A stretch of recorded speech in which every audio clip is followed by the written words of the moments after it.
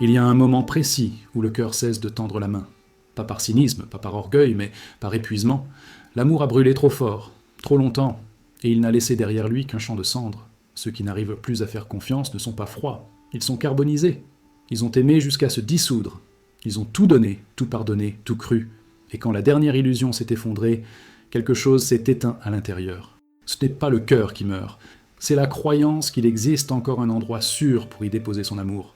À partir de là, toute tendresse devient suspecte, tout sourire semble cacher un piège. Cette méfiance n'est pas un choix, c'est un réflexe de survie. Les psychologues parlent de traumatisme d'attachement inversé, une cicatrice émotionnelle qui transforme la confiance en danger. Le cerveau, après avoir connu la trahison ou la perte, reprogramme sa manière d'aimer. Il associe désormais l'intimité à la menace.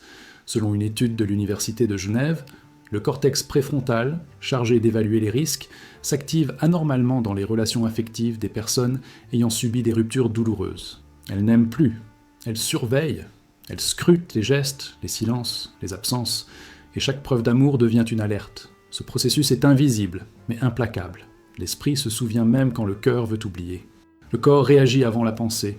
Une main tendue provoque une crispation, un mot tendre déclenche une fuite intérieure. Ce n'est pas de la froideur, c'est un conditionnement. Le cerveau, saturé de douleur, préfère l'isolement à l'incertitude. L'amour devient une équation dangereuse. Plus il promet, plus il menace. C'est pourquoi ceux qui ont le plus aimé sont souvent ceux qui se ferment le plus. Ils ont compris, à leurs dépens, que l'amour peut détruire la conscience quand il n'est pas accueilli avec la même intensité. Jung disait que celui qui aime sans conscience finit par haïr sans raison. L'amour inconscient, celui qui veut sauver ou posséder, finit toujours par consumer celui qui le donne. Ceux qui n'y croient plus ne rejettent pas l'amour, ils rejettent la naïveté. Ils ont vu ce que l'amour fait quand il devient absolu. Il envahit, il exige, il dévore. Les traditions anciennes l'avaient pressenti. Dans la Grèce antique, Eros n'était pas une douceur, mais un dieu dangereux, celui qui rend fou. Dans le bouddhisme, l'attachement est considéré comme la racine de la souffrance. Dans la mystique chrétienne, aimer sans discernement était vu comme une forme d'idolâtrie. Ceux qui n'arrivent plus à aimer sont donc, paradoxalement, ceux qui ont approché le sacré de trop près. Ils ont vu la lumière et ont été brûlés par elle. Leur cœur n'est pas vide, il est protégé derrière une forteresse construite avec les ruines du passé. Chaque pierre de ce mur est un souvenir de trahison, de promesses non tenues, de regards détournés au moment où ils avaient le plus besoin d'être vus. Et pourtant, au fond de cette citadelle, quelque chose bat encore. Un reste d'espérance, une flamme minuscule, presque honteuse, mais vivante. La vérité, c'est que la méfiance n'est pas la fin de l'amour, c'est sa phase de convalescence. Le cœur blessé se retire pour se réapprendre. Il devient méfiant, comme un animal sorti du feu. Il observe avant d'avancer, il doute avant de s'ouvrir. Ce processus peut durer des années, parfois toute une vie, mais il porte en lui une sagesse nouvelle, celle de ne plus confondre l'amour avec le sacrifice. Ceux qui n'ont plus confiance ne sont pas morts à l'amour. Ils attendent, sans le savoir, la version de l'amour qui ne brûle plus, celle qui éclaire. Et quand elle viendra, s'ils ont le courage d'enlever leur armure, ils comprendront que même les cendres savent encore abriter une braise. On croit que le cœur se ferme d'un coup, comme une porte qui claque après une trahison. Mais en réalité, il se ferme lentement, presque tendrement, comme un animal blessé qui recule avant de mordre. Tout commence par un doute discret, une phrase qu'on relit, un regard qu'on interprète, un silence qu'on soupèse. Puis vient la crispation, ce geste inconscient qui protège le corps de l'approche de l'autre. Le cerveau, programmé pour éviter la douleur, installe peu à peu une barrière invisible. Et cette barrière, une fois solidifiée, devient la nouvelle maison du cœur. Une maison sans fenêtre, sans lumière, mais sécurisée. La psychologie contemporaine appelle cela le conditionnement affectif défensif. Il ne s'agit pas de froideur, mais d'un apprentissage pavlovien. Chaque fois que l'amour a causé de la douleur, le cerveau a enregistré la menace. Dans une étude publiée par l'université de Yale, des patients ayant subi des trahisons amoureuses montrent une suractivation de l'amygdale, la zone cérébrale associée à la peur, lors d'interactions romantiques. Autrement dit, leur cerveau réagit à l'amour comme à un danger. Ce n'est plus un élan, c'est une alarme. Le corps, la voix, la respiration se modifient, tout se contracte. Aimer devient un réflexe de fuite, mais cette réaction n'est pas une faiblesse. Elle est le signe d'un système nerveux qui tente désespérément de se protéger. Les gens qui ne font plus confiance en amour ne sont pas cassés. Ils sont hypervigilants. Leur perception s'est aiguisée à force de souffrir. Ils voient avant les autres, sentent les failles, anticipent la déception. Ils ne tombent d'un plus amoureux, ils enquêtent. Ils ne se livrent plus, ils testent. Et souvent il fuit avant d'être aimé, croyant ainsi éviter la douleur. Mais cette fuite n'empêche rien. Elle crée simplement un vide plus silencieux, plus propre, mais tout aussi froid que la solitude initiale. Les neurosciences te confirment que la peur finit par remplacer le désir. Le circuit dopaminergique, celui de la récompense, s'affaiblit à mesure que le cerveau associe les émotions positives à des risques potentiels. Ce n'est pas que ces personnes ne veulent plus aimer, c'est que leur système biologique a appris que l'amour coûte trop cher. Le plaisir de l'intimité est effacé par la mémoire du danger. Jung aurait dit que le cœur blessé développe une intelligence sombre, mais il oublie la lumière. Et cette intelligence sombre, utile pour survivre, devient une prison quand elle se prolonge trop longtemps. Les traditions anciennes l'avaient compris à leur manière. Dans la philosophie taoïste, l'amour non maîtrisé est un feu déséquilibré qui consume l'énergie vitale. Dans le soufisme, l'amour terrestre n'est qu'un miroir du divin, et s'y attacher provoque la perte. Dans le stoïcisme, on enseigne que la véritable paix vient du détachement, non de la passion. Toutes ces doctrines parlent de la même chose.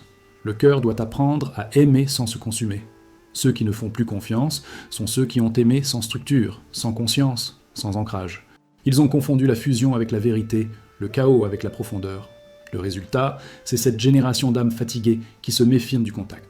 Elles parlent d'amour, mais pensent à danger. Elles rêvent de tendresse, mais ressentent de la panique. Elles ne veulent plus souffrir, alors elles choisissent la neutralité. Mais la neutralité tue lentement, car même si la peur protège, elle empêche aussi de renaître. La guérison ne viendra pas d'un nouvel amour, mais d'une rééducation du cœur. Il faudra le reprogrammer, doucement, patiemment, jusqu'à ce qu'il comprenne que le passé est terminé, et qu'aimer, cette fois, ne sera plus une guerre. Ce sera peut-être la première trêve. Il existe dans le cœur humain une zone invisible, une sorte de sanctuaire fragile où la mémoire et la foi s'enlacent. Quand la confiance se brise, c'est ce lieu qui se fissure en premier. Les psychologues modernes parlent de réseau de l'attachement, mais les anciens savaient déjà que c'était l'âme elle-même qui se rétractait. Aimer, biologiquement, c'est un acte chimique, mais spirituellement, c'est un abandon. Et quand cet abandon est trahi, c'est le lien même entre la matière et le sacré qui s'effondre. Ceux qui ne croient plus en l'amour portent cette fracture dans tout leur système, émotionnel, nerveux, spirituel. Ils sont, comme disaient les mystiques, brisés entre deux mondes. Les neurosciences ont montré que la rupture amoureuse active les mêmes zones cérébrales que le sevrage d'une drogue. Le striatum, noyé sous la dopamine, entre en crise quand le lien affectif disparaît. Le manque, la douleur, la confusion, tout s'explique biologiquement. Mais aucune IRM ne peut mesurer la perte de sens, car l'amour n'est pas qu'une chimie. C'est une orientation de l'âme. Quand on la perd, ce n'est pas seulement le cœur qui souffre, c'est l'identité tout entière. Selon l'université de Princeton, les traumatismes d'attachement peuvent altérer la perception du temps, bloquant l'individu dans une boucle émotionnelle. Il revit l'abandon encore et encore, même des années plus tard. Les anciens appelaient cela la maladie du souvenir. Dans les temples égyptiens, on disait que l'amour brisé provoquait une perte du ka, l'énergie vitale qui reliait l'homme au cosmos. Les moines bouddhistes, eux, voyaient dans cette douleur une étape nécessaire de l'éveil. Ils enseignaient que la trahison est le moment où l'ego meurt pour laisser la compassion naître. Chez les Grecs, Eros et Thanatos, l'amour et la mort, étaient un frère. L'un ne pouvait exister sans l'autre. Aimer, c'était déjà mourir un peu, et refuser d'aimer, c'était prolonger sa propre mort. La psychologie moderne a mis des mots là où les anciens placèrent des symboles. Mais la vérité reste la même. Ceux qui ne font plus confiance à l'amour ne sont pas faibles, ils sont sacrés, car ils ont touché la limite du don de soi. Ils ont franchi le seuil où l'amour cesse d'être doux pour devenir transcendant. L'être humain, dit Jung, ne peut se réaliser sans passer par le sacrifice de ses illusions.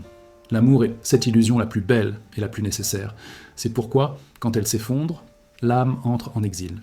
Elle ne quitte pas seulement quelqu'un, elle quitte le monde tel qu'elle le connaissait. Mais dans cet exil se cache un appel.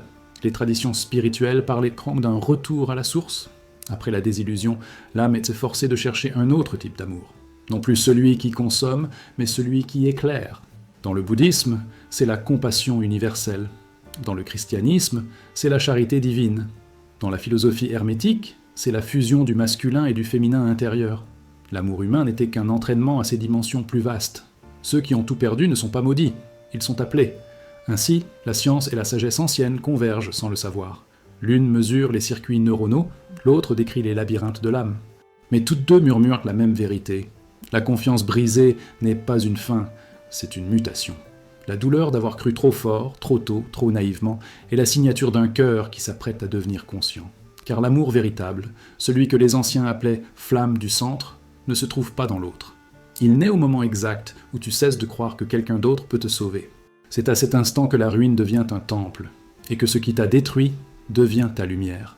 La désillusion amoureuse ne frappe jamais d'un seul coup. Elle s'installe lentement, comme une brume intérieure qui obscurcit tout. Le premier signe, c'est ce silence étrange quand quelqu'un te dit « je t'aime ». Avant, ces mots faisaient battre ton cœur. Maintenant, ils te semblent vides, presque menaçants.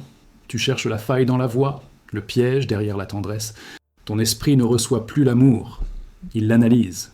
Chaque geste doux devient une équation à résoudre. Chaque regard, une hypothèse à vérifier. C'est la première marque du désenchantement. La confiance devient une enquête. Le deuxième signe, plus insidieux, se cache dans les gestes. Tu évites les caresses longues, les promesses claires, les regards profonds. Pas parce que tu n'en veux plus, mais parce que ton corps les associe à la douleur. Les neuroscientifiques appellent cela la mémoire somatique du chagrin. Le corps se souvient, même quand le cœur prétend avoir tourné la page. Une main sur ton épaule réveille la brûlure d'une trahison passée. Une odeur familière fait revenir un départ que tu croyais oublié. Le passé se répète à travers les sens, et chaque sensation devient une réminiscence de perte. Le troisième signe est émotionnel, l'indifférence. Tu regardes les couples autour de toi comme on observe une pièce de théâtre dont on connaît déjà la fin. Tu souris, tu dis que c'est beau, mais au fond, tu ressens un vide. Tu n'envies pas leur amour, tu redoutes leur chute. Tu sais que tout feu finit par se consumer. C'est un réalisme lucide, mais tragique.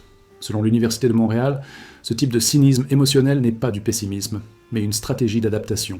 Le cerveau, après des déceptions répétées, réduit volontairement la production d'ocytocine, l'hormone du lien, pour éviter la dépendance. Tu n'aimes plus par prudence biologique. Le quatrième signe, c'est la nostalgie inversée. Tu te souviens de l'amour, mais avec amertume. Là où d'autres pleurent ce qu'ils ont perdu, toi, tu regrettes d'avoir cru. Tu revis les moments de passion, mais sans douceur. Tes souvenirs sont devenus des preuves à charge. Tu as transformé ton passé en tribunal, et ton cœur en juge. C'est le moment où l'âme commence à se durcir. Jung disait « Ce que nous ne pardonnons pas nous lie à ce que nous fuyons ». Tant que tu n'as pas pardonné à ton ancienne naïveté, tu restes prisonnier de ce que tu condamnes. Le cinquième signe est spirituel, la perte du langage du sacré. Tu ne pries plus, tu ne rêves plus, tu ne crois plus. Même les chansons d'amour te fatiguent, les films romantiques t'ennuient. Tout ce qui parle d'émotions sincères te semble faux. C'est une anesthésie de l'âme. Les mystiques appelaient cela la désolation intérieure. Ce n'est pas le vide, c'est la transition entre deux formes de foi. Quand tu cesses de croire aux illusions de l'amour humain, tu ouvres, sans le savoir, la porte d'un amour plus vaste, mais encore inconnu. Le dernier signe, enfin, est paradoxal. Au cœur de ton désenchantement, tu sens une paix étrange. Tu n'as plus besoin d'aimer pour exister. Tu n'attends plus la validation d'un autre pour respirer. C'est la cicatrice devenue sagesse. Le détachement, bien compris, n'est pas une fuite. C'est la maturité de l'âme qui a survécu à l'incendie. Tu n'as plus foi dans les promesses, mais tu commences à avoir foi dans ta propre solidité. Et cette force-là, silencieuse, indomptable, est la première preuve que tu es déjà en train de guérir. Ceux qui ne croient bien plus à l'amour ne sont pas perdus. Ils sont entre deux battements de cœur, entre la fin d'un rêve et la naissance d'une vérité plus haute. Le cœur individuel n'est pas seul à avoir perdu la foi. Le monde entier, lui aussi, semble désabusé. Regarde autour de toi. Les chansons d'amour ont changé de ton. Les films se terminent en ironie. Les promesses sonnent comme des blagues. Nous vivons dans une époque où aimer est devenu suspect. L'amour, jadis perçu comme un acte héroïque, était maintenant vu comme une faiblesse. Le romantisme est devenu un luxe, la fidélité un mythe, la vulnérabilité une erreur stratégique. Nous ne vivons plus pour aimer. Nous consommons l'amour comme une distraction, une dose d'émotion avant de retourner au vide. La sociologie moderne parle de fatigue affective collective. Selon les chercheurs de l'Université de Berlin, les relations amoureuses durent en moyenne 60% moins longtemps qu'il y a 30 ans. La cause ? L'individualisme émotionnel. Chacun cherche dans l'autre non pas une âme, mais un miroir de ses besoins. L'amour est devenu un contrat tacite, fais-moi sentir vivant, sinon je m'en vais. Et quand cette illusion s'effondre, la déception n'est plus intime, elle est civilisationnelle. Nous sommes des générations élevées par des histoires de passion éternelle, mais formées par des applications de rencontres où tout se remplace d'un glissement de doigts. La neuroéconomie du désir montre que cette abondance d'options a modifié notre cerveau. Le circuit de la récompense, stimulé en permanence, n'éprouve plus de satisfaction durable. Aimer une seule personne devient presque contre nature dans un monde qui t'offre 1000 substituts immédiats. La loyauté paraît archaïque, la profondeur, inutile. Le résultat ? Une humanité connectée, mais émotionnellement orpheline. La confiance n'a plus le temps de naître, elle est remplacée par la performance. On ne construit plus l'amour, on le présente, on le publie. Ce n'est plus une rencontre de deux âmes, c'est une mise en scène à deux caméras. Pourtant, cette crise n'est pas nouvelle. Les anciens savaient que les civilisations meurent quand elles cessent de croire en la beauté du lien. Dans la Grèce antique, les poètes disaient que les dieux quittent la terre quand l'amour devient simulé. Dans le soufisme, on parlait de la séparation du souffle, ce moment où l'humanité oublie la vibration sacrée qui unit les êtres. Jung, lui, aurait dit que l'inconscient collectif traverse une période d'assèchement. La fonction érotique, celle qui relie, qui fait circuler la vie, s'est figée dans la peur et le calcul. Cette peur était visible partout. Les couples se forment avec des contrats invisibles. Les amitiés se terminent à la moindre tension. Les familles s'effritent sous le poids du ressentiment. On ne parle plus de nous, mais de moi parmi toi. Et chaque blessure d'amour individuel alimente le champ collectif, renforçant l'idée que l'attachement est dangereux. L'humanité, pour se protéger, a choisi la distance. Nous portons tous, sans le savoir, une armure émotionnelle mondiale. Et sous cette armure, l'amour étouffe, lentement. Mais une société qui n'aime plus finit toujours par imploser. Car l'amour, au-delà du romantisme, est un principe d'union, la force qui empêche le monde de se fragmenter. Quand il disparaît, tout devient technique, calcul, économie.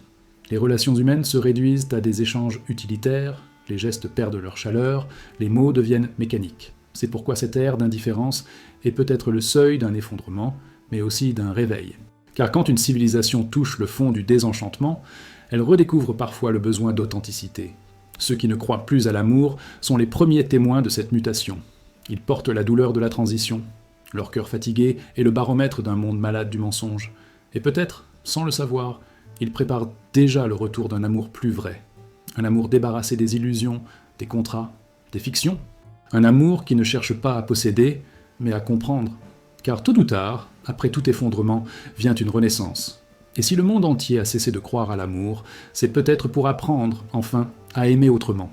Tu ne crois plus à l'amour, mais l'amour, lui, n'a jamais cessé de croire en toi. Il attend dans le silence, dans les interstices de ta fatigue, dans les rêves que tu n'oses plus faire. Ce n'est pas un appel romantique, c'est un rappel vital. Tu n'es pas fait pour la fermeture. La peur t'a protégé, mais elle t'a aussi emprisonné. Maintenant, il faut apprendre à sortir du feu sans se brûler à nouveau. Non pas en redevenant naïf, mais en redevenant lucide. Car aimer n'est pas un risque à éviter, c'est une initiation à traverser. Le premier protocole, c'est la lucidité émotionnelle. Observe tes blessures sans les juger. Le cœur, comme le corps, se souvient. Chaque trahison, chaque abandon est une empreinte neuronale. Pour guérir, il faut les regarder en face. Les neuroscientifiques de Harvard ont prouvé que la reconnaissance consciente d'une émotion douloureuse diminue l'activité de l'amygdale. Autrement dit, nommer la peur, c'est déjà la désarmer. Dis-toi, oui, j'ai aimé trop fort, oui, j'ai été brisé, mais ce n'est pas une faute, c'est une trace humaine. L'amour, quand il te détruit, te rend paradoxalement plus réel. Le deuxième protocole, c'est la réconciliation avec la solitude. La plupart des gens fuient à ce mot comme une condamnation, alors qu'il est une porte. La solitude, c'est le laboratoire où le cœur se reforme. Dans les traditions mystiques, c'est l'état dans lequel l'âme retrouve son axe. Les moines, les yogis, les poètes le savaient. Il faut être seul pour redevenir complet. Tant que tu cherches quelqu'un pour te réparer, tu restes fragmenté. Le véritable amour ne commence que quand tu n'en as plus besoin. C'est le paradoxe sacré du cœur guéri. Il aime parce qu'il déborde, non parce qu'il manque. Le troisième protocole, c'est la lenteur. Le monde moderne t'a habitué à la précipitation, à la consommation du sentiment comme on consomme un frisson. Mais le cœur ne fonctionne pas à ce rythme. Il bat au tempo de la patience. Les psychologues du trauma appellent cela la sécurité graduelle. Ne pas forcer le retour de la confiance, mais la laisser s'installer, goutte après goutte. Apprends à rester dans la peur sans reculer. Regarde-la, parle-lui. Dis-lui que tu n'as plus besoin qu'elle te gouverne. Peu à peu, elle cédera. L'amour reviendra, discret, fragile, comme une plante entre les ruines. Le quatrième protocole, c'est le pardon. Pas celui qu'on offre à l'autre, mais celui qu'on se doit à soi-même. Pardonner à ton ancienne version, celle qui croyait, celle qui tombait. Elle n'était pas stupide, elle était vivante. Jung disait « Ce n'est pas l'amour qui nous brise, c'est notre résistance à ce qu'il révèle de nous. Ce que tu as perdu dans l'amour, ce n'est pas ta dignité, c'est ton illusion de contrôle. Et c'est tant mieux, le pardon est le retour du souffle. » Enfin, le dernier protocole, la réouverture. Tu n'as pas à forcer ton cœur, mais tu peux le préparer. Lis, marche, respire, regarde les gens sans peur. Ne cherche pas l'amour, vis de manière à pouvoir le reconnaître quand il reviendra. Car il reviendra, pas sous la forme d'un miracle, mais d'un calme. Pas dans le tumulte, mais dans un regard tranquille. Ce jour-là, tu comprendras que l'amour que tu cherchais n'était pas dans l'autre, mais dans ta capacité à sentir, à donner, à exister, sans te perdre. Alors, n'aie plus peur du vide que l'amour a laissé. Ce n'est pas un manque, c'est un espace sacré. Là où le cœur s'est effondré, quelque chose de plus vaste s'élève. Et quand tu entendras, au milieu du silence, cette petite voix qui murmure « J'ai encore envie d'aimer », ne la fais pas taire. C'est ton âme qui recommence à respirer. Ceux qui n'ont plus foi en l'amour sont souvent ceux qui s'apprêtent à le rencontrer pour la première fois. Pas le rêve, pas le drame, mais l'amour conscient, celui qui ne promet rien, et pourtant guérit tout.